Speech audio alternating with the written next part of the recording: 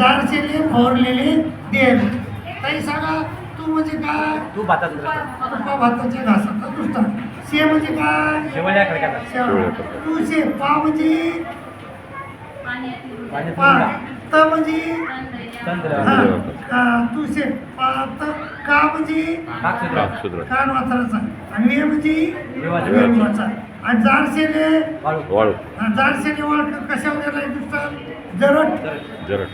म्हणजे संसारात तो एवढा जरट झाला, तो जरट जारशेले भवरलेले भक्तिजन आणि देह लुटलेले कर्म, असे तीन म्हणजे जो अनाधिकार आहे.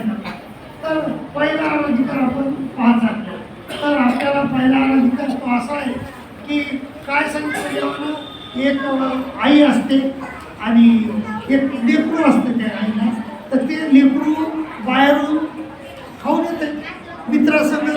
मित्र त्याची आई त्याला खाऊ घालते मित्राची, आणि मग मित्राची आई खाऊ घातल्यानंतर रात्री घरी येते. ते फिरून खेळून आणि मग ही आई त्याला तुप भाताचा घास खाऊ घालते, परंतु ते खाते का नाही, का बाहेरून खाऊन आले. तसं आपल्यात एक अनाधिकार आहे. आपण या सृष्टीत फिरत असताना अनेक कर्म करत असतो. तर आपण एका बार विद्यावंत जो असतो, ते विद्यावंताच्या ठिकाणी भजन घडत आहे. आता 81,10 देवता आहेत, आणि त्यापैकी 81,9 देवतेचे ज्ञानविग्रह, शापदग्ध, अज्ञानविग्रह आणि हे असे 3 अवतार पृथ्वीवर फिरत असतात. आणि ते कोण आहेत आपल्याला माहीत नाही, परंतु आपण एका बार अन्नदानाची क्रिया करत असताना सहजच आपल्या त्या पंक्तीमध्ये ते जीवन जातात, आणि मग आपल्याला त्या विद्याचा लेप लागतो. मग जर ज्ञानविग्रह जेवून गेले किंवा विद्यावंत जेवून गेले तर आपल्याला विद्येचा लेप लागतो, आणि ती विद्या परवडीला आल्यावर आपल्याला होतीच. आणि म्हणजे परवडीला आल्या विद्या झाल्यानंतर, त्या विद्या झाल्यानंतर जर परमेश्वर जरी त्याला विद्या देऊ लागली, म्हणजे ब्रह्मविद्या सांगू लागली, तरी तो ऐकत नाही.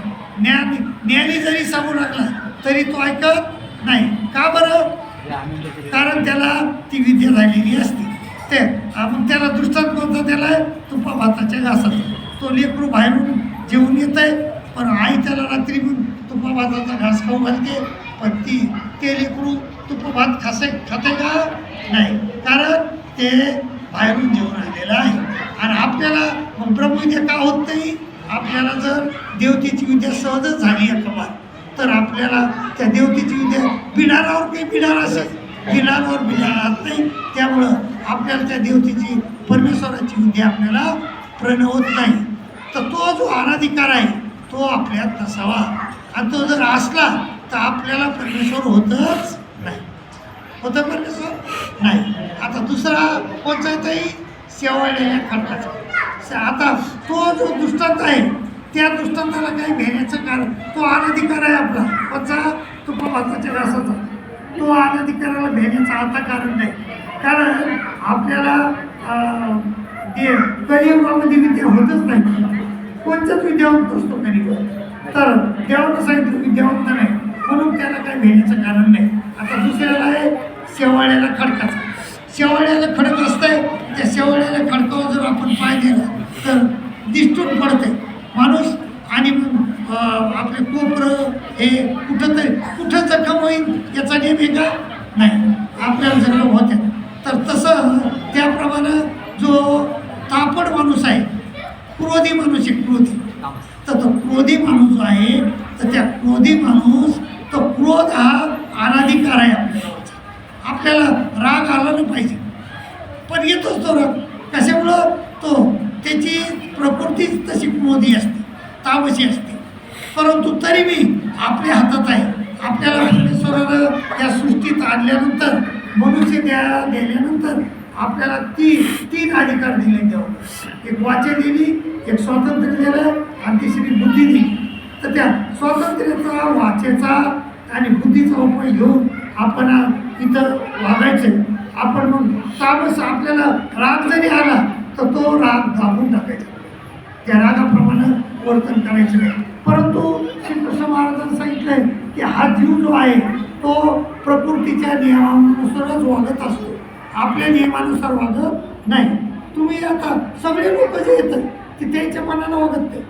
प्रकृतीचा जे नियम आहे रज तम सत्व, तर तुम्हाला उदाहरण देतो. आपल्याला 500 रुपयाचा दिसले तर घेणार का नाही? तर तो कोणचा गुण येतो? तो रजगुणानुसार आपले घेतले ते. परंतु जो त्या रजगुणाला मानत नाही आणि ते पैसे घेत नाही तो खरा माणूस. मग तो त्याच्या मनानं चालला. पण हे जो पैसे घेतले की तो कोणाच्या गुणानं चालला? मग प्रकृतीच्या. प्रकृती गुण सगुणा सजयते गुण कर्म. पण सगळे लोक त्या प्रकृतीच्या नियमानुसार चलत असतात. आणि अहंकारी मनात्मा करता किती म्हणते. आणि जो अहंकारी माणूस आहे ना पण तर तो म्हणतो मी केलं, तू काय केलं? तो कसं झालं? प्रकृतीच्या गुणानुसार कर्म घडत असतात. आणि आपण नेहमी वागत असतो तर ते कशावर वागतो? कशाने वागतो? प्रकृतीच्या गुणानुसार वागत असतो. रज तम सत्व, तर ते रजगुण आता एक दुसरा राहिलेला आहे त्याच्यावर. रजगुण बी कामाचा नाही, तमगुण बी कामाचा नाही.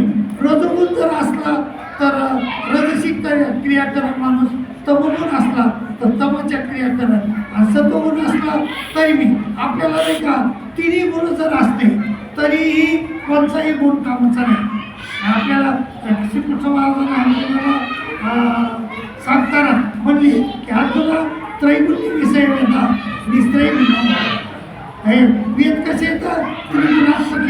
आणि तू त्या गुणाच्या पलीकडे जा आणि पलीकडे जाऊन तू निस्त्रय गुण हो, म्हणजे गुणातीत हो, म्हणजे तुला परमेश्वर होईल. तर आपण पाप केलं तर कुठं जावं लागतं आपल्याला? नरकाला. पाप केलं तर कुठं जावं लागतंय? नरकाला. पुण्य केलं तर कुठं जावं लागतंय? स्वर्गाला. म्हणून पाप, आणि म्हणून पाप केलं नरकाला गेलो तरी परमेश्वर आपल्याला होत नाही.